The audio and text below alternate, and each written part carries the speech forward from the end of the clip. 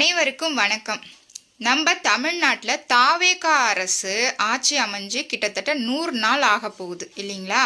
இன்னுமுமே திமுகவில் இருக்கிறவங்களால இந்த தாவேகா அரசு ஜெயிச்சதை அவங்களால ஏற்றுக்கவே முடியல. என்னெல்லாம் ஒவ்வொருத்தரும் விதமாக மார்க்கண்டேயன் அவர்கள் தான் பார்த்தீங்கன்னா சிஎம் வந்து சட்டசபையில் வச்சு கையை காலை உடைக்கணும்னு பேசினார். இது மாதிரி அவங்களுக்கு வாய்க்கு வந்த மாதிரி அவங்க வந்து பேச ஆரம்பிச்சிட்டாங்க. இப்போ இன்னைக்கு வந்து ஆர்எஸ் பாரதி அவர்கள் வந்து ஒரு மேடையில் பேசியிருக்காரு. அதாவது மக்கள் அவங்க வந்து திரும்ப முதல்வரை அட்டாக் பண்றதை தாண்டி ஓட்டு போட்ட மக்கள் தான் வந்து முட்டாளே. சீமான் அவர்களும் அதே தான் சொல்றாரு. அதாவது விஜய் அவர்களுக்கு தற்கொலை கூட்டம்லாம் வந்து ஓட்டு போட்டு ஜெயிக்க வச்சு முட்டாள்கள்லாம் ஓட்டு போட்டுட்டாங்க.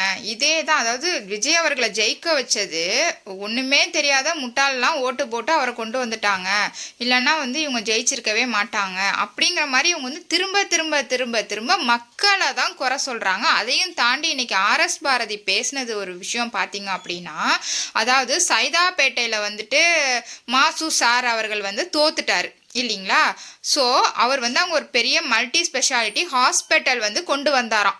அவர் வந்து கவர்மெண்ட் பணத்தில் கொண்டு வந்தார். அதில் அவங்க எவ்வளோ பார்ட்டி ஃபண்டுக்கு எடுத்தாங்க, எவ்வளோ கமிஷனுக்கு எடுத்தாங்கங்கிறதெல்லாம் வந்து அவங்களுக்கே வெளிச்சம். ஆனாலும் அந்த ஹாஸ்பிட்டல் வந்துருச்சு. இப்போது அந்த ஹாஸ்பிட்டலில் ட்ரீட்மெண்ட் பார்த்தவங்க அவங்களுடைய சொந்தக்காரவங்க அப்படின்னு பார்த்து ஓட்டு போட்டிருந்தா கூட அவர் வந்து ஜெயிச்சிருப்பாரு, மாசூஸ் வந்து ஜெயிச்சிருப்பாரு. இதில் ட்ரீட்மெண்ட் எடுத்தவங்கெல்லாம் வந்துட்டு நல்ல சாவே வராது, இந்த மாதிரி சாபம் விடுறாங்க. இதெல்லாம் வந்து எந்த வகையில், அதாவது இவங்க தோத்துட்டாங்கன்னா, மக்கள் வந்து தோக்கடிச்சிட்டாங்கன்னா அவங்கள வந்து எந்த அளவுக்கு பேசக்கூடாதோ அந்த அளவுக்கு இவங்க வந்து ரொம்ப வரம்பு மீறி பேசிகிட்டு இருக்காங்க அப்படின்னு தான் சொல்லணும். இது வந்து இவங்க வந்து இன்னுமே மக்கள் மத்தியில் வந்து ரொம்பவே தூக்கி எறியப்படுறதுக்கு இதெல்லாமே ரீசன். இதெல்லாம் பேசட்டும் இவங்க வந்து. ஆனால் மக்கள், அதாவது விஜயோட ஆட்சி சரியில்லை, இது குறை இருக்குது அப்படி சொன்னீங்கன்னா பரவாயில்ல. அவர் ஓட்டு போட்டு ஜெயிச்சு இந்த 3 மாதம் ஆயிடுச்சு ஆட்சிக்கு வந்து.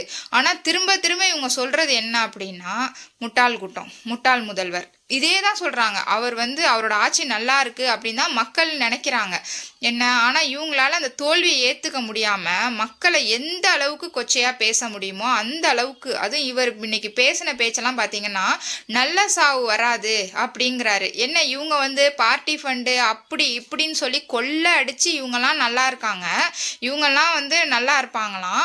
ஆனால் வந்து மக்கள் வந்து இந்த மாதிரி நல்லா இருக்க மாட்டாங்க அப்படின்னு ஒரு சாபம், இவங்கெல்லாம் சாபம் விட்டு என்ன, அவரெல்லாம் வந்து மூத்த அரசியல்வாதி இல்லைங்களா? அவருக்கெல்லாம் வயசும் வந்து கூட. ஆனாலும் அவர் வந்து இந்த வயசில் இந்த மாதிரி மக்கள் ஒரு மேடையில் வந்து மக்களை பார்த்து பேசுகிறத வந்து ஏற்றுக்கவே முடியாது. அதாவது கஞ்சா அடிக்கிறவங்க எல்லாரும் சேர்ந்து தான் வந்து விஜய் அவர்களுக்கு வந்து ஓட்டு போட்டுட்டாங்க. இவர் வந்து அதாவது ஏசி பஸ் ஸ்டாண்ட்லாம் கட்டி விட்டாங்களாம். எல்லாம் கஞ்சா அடிச்சுட்டு அந்த ஏசி பஸ் ஸ்டாண்டில் போய் படுத்துக்கிறாங்க. படுத்துட்டு விஜய்க்கு வந்து ஓட்டு போட்டாங்க, நன்றியே இல்லை எவ்வளோ, அதாவது மக்களை இழிவுபடுத்துறதுல இப்போ திமுக வந்து ஃபர்ஸ்ட் ரேங்க் வாங்கிடுவாங்க போல, அந்த அளவுக்கு பேசிக்கிட்டு இருக்காங்க. ஒவ்வொரு சீமான் பார்த்தீங்க அப்படின்னா அப்படிதான் சொல்றாரு, தற்கொலை கூட்டம். அதாவது விஜய் அவர்களுக்கு ஓட்டு போட்டாலே ஒன்றும் தெரியாதவன் தான் ஓட்டு போட்டான். எல்லாமே இவங்க டிஎம்கே வேணாம், ஏடிஎம்கே வேணாம், சீமான் சுத்தமாக வேண்டாம், அவர் பேசுகிற பொய் கதைகள்லாம் கேட்க பிடிக்காம தான் விஜய் அவர்களை கொண்டு வந்திருக்காரு. இவங்க வந்து இப்போ திட்ட இனிமே வந்து விஜய் அவர்கள் இனிமே வளரதான் செய்வாங்க. அதாவது முதலமைச்சராக இருக்காங்க, அவங்களுக்கான ஒரு மரியாதை கொடுத்தும் பேச மாட்டேங்கிறாங்க. சரி, அது வந்து அவங்களால தாங்கிக்க முடியல, தாவேக்கா ஜெயிச்சதை தாங்கிக்க முடியல, மக்களை தொடர்ந்து அட்டாக் பண்ணுறது எந்த வகையில் நியாயம்னு தெரியவே இல்லை. இப்போ எப்போ பார்த்தாலும் வந்து மக்கள் வந்து ஓட்டு போட்டு இந்த மாதிரி ஜெயிக்க வச்சுட்டாங்க, ஒன்றுமே தரல. இப்போ வந்து எல்லாரும் ஃபீல் பண்ணுறாங்களாம், வந்து ஏன் இப்படி பண்ணோம், ஏன் இப்படி ஜெயிக்க வச்சோம் அப்படின்னு நினச்சி ஃபீல் பண்ணுறாங்களாம். ஃபீல் பண்ணி இப்போ வந்து 3 மாதத்துலேயே அவங்களுக்கு வந்து இந்த ஆட்சி வந்து பிடிக்காம போயிடுச்சான். அதாவது விஜய்க்கு ஓட்டு போட்டவங்க எல்லாம் கஞ்சா அடிக்கிறவங்க தான் போட்டிருக்காங்களாம்.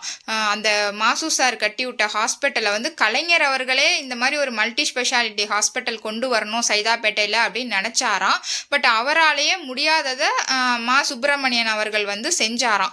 அப்படி செஞ்சவரை தோக்கடிச்சிட்டாங்க இந்த ஏரியா மக்கள். அதில் வந்து ஹாஸ்பிட்டலில் ட்ரீட்மெண்ட் எடுத்தவங்களோட சொந்தக்காரங்க அப்படி இருக்கிறவங்க ஓட்டு போட்டிருந்தாலே இவர் வந்து ஜெயிச்சிருப்பாரு.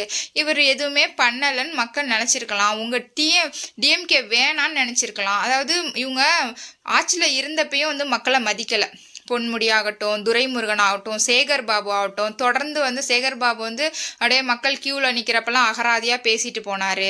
பொன்முடி சொல்லவே வேணாம், அவர் பேசினதை வந்து நம்ம சொல்லவே முடியாத அளவுக்கான வார்த்தைகள் பேசினார். துரைமுருகனும் அப்படி தான் பேசினார், ஓசி பஸ்ன்னு சொன்னாங்க பொன்முடி. அது இல்லாமல் துரைமுருகன் பையன் வந்து 1000 ரூபா வாங்கி எல்லாம் பவுடர் போட்டுக்கிட்டு போகிறீங்க அப்படின்ற மாதிரி பேசினார். இது மாதிரி மக்களை தொடர்ந்து இழிவுபடுத்திக்கிட்டே இருந்தாங்க.